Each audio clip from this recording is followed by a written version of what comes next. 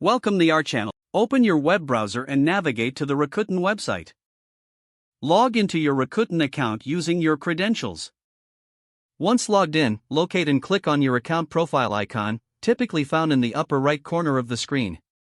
From the drop-down menu, select Account Settings or Settings. Scroll down the Settings page until you see the section labeled Tracking Preferences. Click on Tracking Preferences to enter the tracking settings. You will find options related to coupon tracking.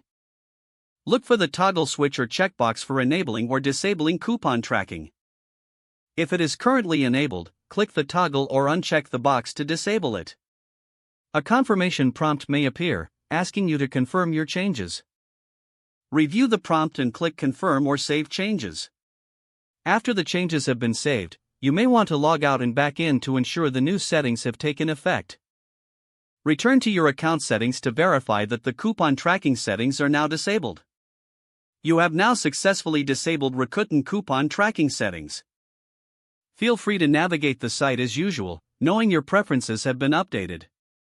If the page does not load, refresh the browser or try again in a private or incognito. Make sure you are using the correct email address, then retype it carefully to avoid small typos.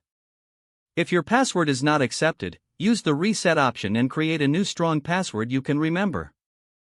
Check your spam folder for verification or security emails, then complete any requested confirmation steps. Enable two-factor authentication if available to improve account security and reduce unauthorized access risk. After signing in, review your profile details so your contact information and settings are accurate and current. If you see an error message, note it down and try again after restarting your device and internet connection. Log out when you finish, especially on shared devices, to keep your account and payment information secure. If the page does not load, refresh the browser or try again in a private or incognito window.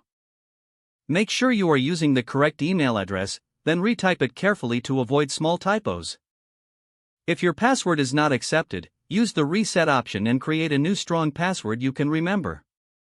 Check your spam folder for verification or security emails, then complete any requested confirmation steps.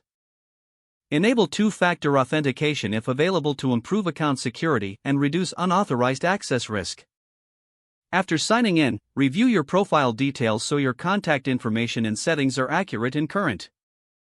If you see an error message, note it down and try again after restarting your device and internet connection. Log out when you finish, especially on shared devices, to keep your account and payment information secure. Don't forget to like this video and subscribe to our channel for more step-by-step tech guides.